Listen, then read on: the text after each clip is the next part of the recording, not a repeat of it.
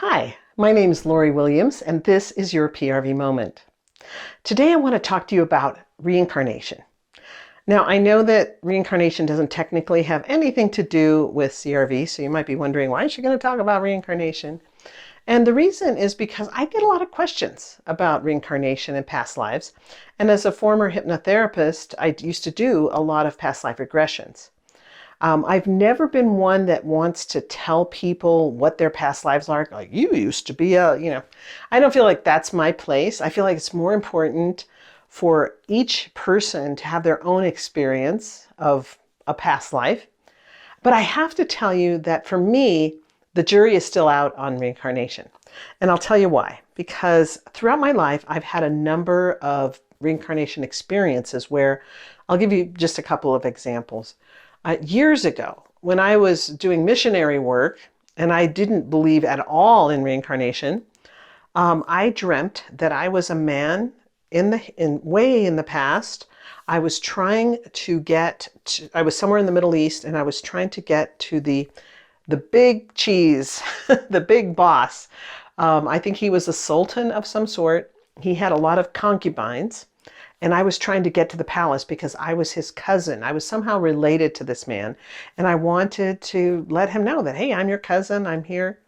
Somehow that didn't go well. And I ended up in this dungeon place, laying on the ground, and I knew I was dying.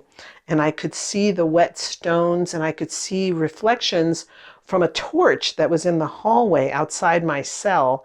And there was like a window in the cell with bars in it, and I could see the reflections on the floor as I was laying on the ground dying. That may sound gruesome. I don't remember. It wasn't like a nightmare. It was just a memory, but it was very distinct, and it was all in a dream. So when I woke up, I remember thinking, I wonder if I could have been that person in a past life. And that's always a possibility. That's what most people would assume. However, I wondered, what other explanations could there be for that? Could it just be a dream that my mind was making up? Yes. Could it have been simply the memory from someone else? We're all connected in the great forest of consciousness. We're all leaves on the trees, and therefore we are connected. Could I be picking up on someone else's memories?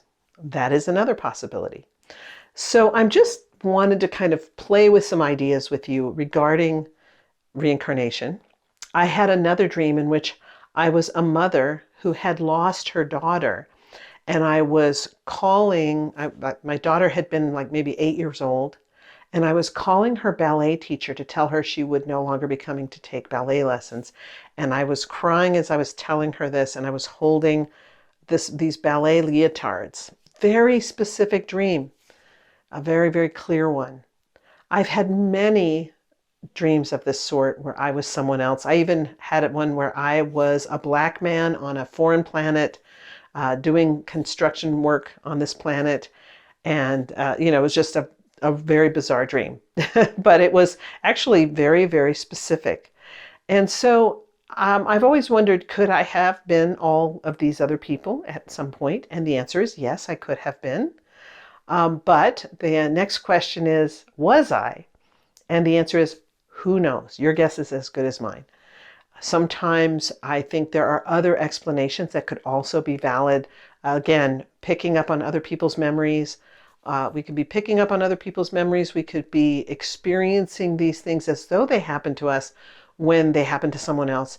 And if they came to us in a dream or even under hypnosis, it could be that we're just making stuff up. It's just part of our psyche too, our great imagination or whatever.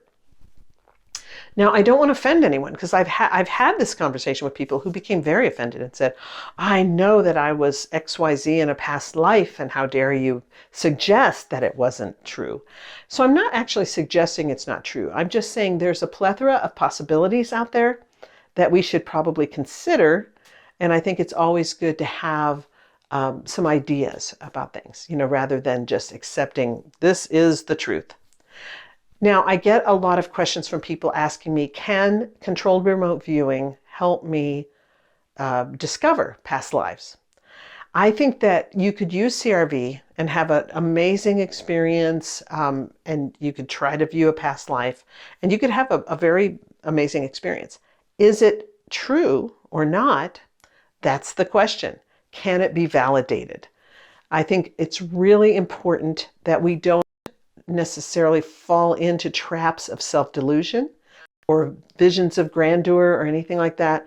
And the reason I say that is because I do see sometimes where people's ego gets in the way and they want to create an experience that's really vivid and really exciting. I saw the aliens on the planet XYZ, or I visited the ETs in this certain galaxy, and those can be vivid, exciting experiences. The only problem with them is that they're esoteric and we cannot validate them. We don't have any proof for them. So if that became your 100% diet of remote viewing or psychic activities, you could get into a place where you were just like, dang, I'm like the best remote viewer that ever lived. I'm constantly visiting all these planets and talking to all these ETs and doing all these things. And you could get into a place where you were really deluding yourself. Now, I do know that there are channelers out there who have gotten amazing information that's been very helpful to the human race. I myself have done some amazing channeling and have had contacts with beings that really, really helped my life and helped guide us as a couple, Jim and I, both. So I'm not putting down those things by any means. I think they're extremely valuable. I just am saying that the proof is not in yet as to what those experiences are. When we allow ourselves to channel, when we try to find reincarnation experiences, are they real or are they a figment of our imagination? Are we picking up on other things that are out there, other beings, we're all connected. All of those are possibilities. So we always want to look for validation and proof. Sometimes we get it, sometimes we don't. That's okay. Just stay open to the possibilities.